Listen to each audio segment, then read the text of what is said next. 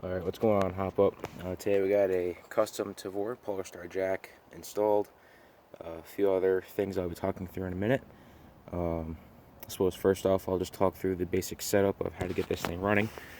So obviously this is an HPA system, so you have a lead with a line going up into your Polarstar jack. So your battery goes in the stock, right? That's where you usually go anyways. No, sorry. Battery stock would usually go up in the front. In the back, you had your gearbox, but there's a little bit of extra space where your battery can go now because HPA batteries are much smaller. So, trick I've been using with this, it's been working well for the past couple years. You take your lead and you use this to punch out the pin that opens up the back compartment. So, I apologize, I'm doing this with one hand, but that'll get that started. Again, sorry, I'm doing this with one hand. This is usually a two-hand thing.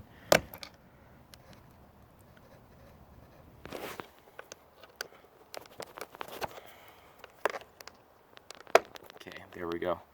Sorry about that. So again, you're using just the tip of your lead here. You push that pin out because there's a bit of a retention to it. Pops out the other side, pulls right through. Right, so off you go. So your back end opens up like so. And the first thing you might notice is that I have this little piece of plastic in here. What is this? Well, this is a 3D printed HopUp adjustment tool. The HopUp on this is very sensitive and it's very strong. It was built by Dan Blomquist. It's an R-Hop. It's got the stainless steel in a barrel. It's 601. Runs all the way through to the back of the suppressor. The suppressor is foam filled. So this I printed out. Makes the HopUp adjustment much easier, and it allows you to get a much finer resolution because the dial is larger. So I store that right in the bottom of that cap, like so. It sits right in there, doesn't fall out, and again, the past couple years it's been running great. So this is the battery I'm using. It's fairly large, but it's good for long games. You can use a smaller battery. I wouldn't say don't go much larger than this because this is a pretty big one. It fills most of the available space. Any 7.4 LiPo with a JST connector will do the trick. So let me get this connected real quick. Sorry about the leg. Okay, so there's our connection, as you can see there. Alright, so programming wise, you got your standard Polarstar jack system. So right now you can go through, my fire rate's set to 25. I'm going to go ahead and bump that up to 35 because I want to show off the rate of fire. On single, I have a 3-round burst. I'm just going to bring it down to double low, which will let me do full auto. So I have single fire, but again, you can do different bursts. There's your full auto. You can set the dwell times. The dwell is set all the way up right now, but that's just because the barrel is that long, it needs it. And that's it. You set back to shot and you're ready to go. So you tuck that back up inside there, and we'll do a little bit of wire management, like so. So the trick with this is that you want the wires not to get pinched by this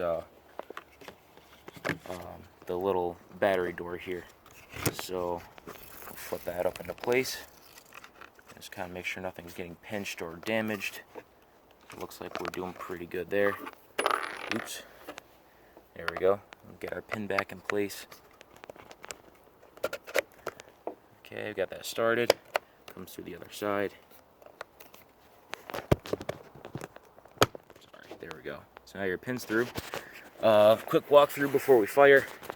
So you got the back end, little decal I did there. You might be asking what's going on with the paint. It's kind of like a black-white sort of weird thing going on. This thing underneath is actually tan. If you were to strip the paint off, you would get a tan Tavor out of this thing. I painted it black, and then I went to go do a clear coat, and the clear coat turned white. So I originally had a white gun for a while, and then after a couple years of wear, this is what you get. The cheek rest is black, and actually I have a little bit of the tan showing through. Your grip is black, and then the rest of it's just kind of from wearing off here and there. Personally, I think it looks great. It has like a worn winter gun sort of style. Honestly, I like it. It's kind of a personal preference. Again, if you were to take out all the screws and get this thing stripped down, it would be a standard dark earth gun.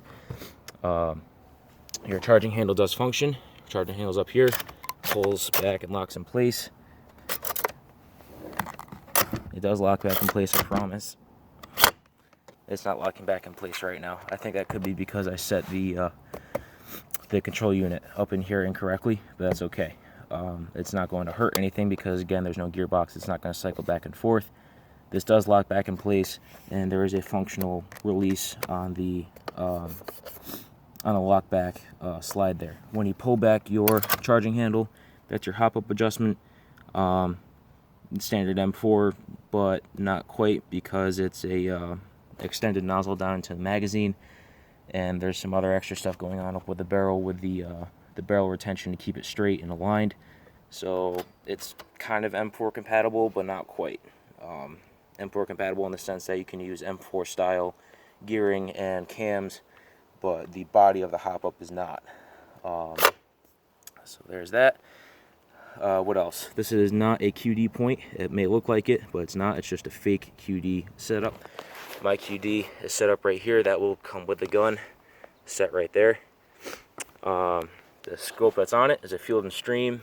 I don't remember the sizes off the top of my head, but it's fairly large because it's a pretty big gun. I want it to kind of match with the proportions. So that's what that is. Let me see if I can get the camera lined up. Kinda. You can kind of see through it. But it's just a standard crosshair, nothing fancy.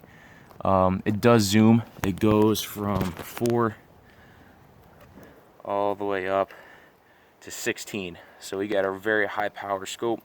You have a eye relief adjustment there, and you have a objective lens adjustment there. I'll close that up for now. Sorry for that, crawling all over the deck. You have a left side adjustment, safe, semi, full auto, then back to safe. On the right hand side there's a pointer that goes along with that. The top rail does have a fold up sight. As you can see there, it kind of starts. The scope obviously does not allow those to function usually. But if you were to take the scope off and put on a red dot or something like that, you would have iron sights ready to go up there. You got a fold up bipod. To fold, you pull down. This is a UTG bipod. You can go backwards, forwards. You can go out of 45 if that's your thing. And then you have your leg adjustment lock. You can adjust the length up and down. And then there's a locking wheel right there to keep it locked in place. Rubber feet. Those are in really good shape. I think those are a really good setup for this guy. Now you'll see that the rail kind of steps on a little bit. What I would do there is like a run cam or a PEC box. That would be a really good spot for that, because it's out of the way of your scope up here, but still coaxial with the barrel, right? And so that's where your PEC box or your laser, if you have like an IR illuminator, run cam, stuff like that, would work great with that. Again, foam pearl suppressor. Your barrel comes out to right about here. That is where it'll start turning into a suppressor and coming out the rest of the way. I have a custom printed little cap there. I don't know if you can read that. It says front towards enemy. Nice little Claymore reference there. That basically keeps this centered, and if this gets bumped, whatever, it keeps it pretty much aligned. It's not going to bend because the barrel is very long. Suppressor makes it that much longer. So the point with that is to keep that aligned and rock solid. So with all that being said, let's get the air hooked up. Oh, one more thing. Magazines. This is a Elite Force 120 round VN magazine, polymer. Look at it loaded with 4.5s. Nothing too fancy about this. You can see I have some stickers put around a little bit. I can get those off if you'd like. But I use these short mags for going prone. But it's M4 mag compatible. You can use regular Stanag mags. You can use a drum mag. If it's M4 compatible, you can use it. I have not had any mag compatibility issues with these whatsoever.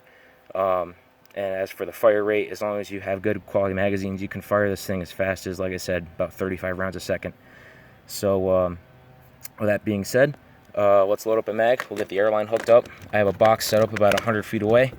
We'll take some shots at that.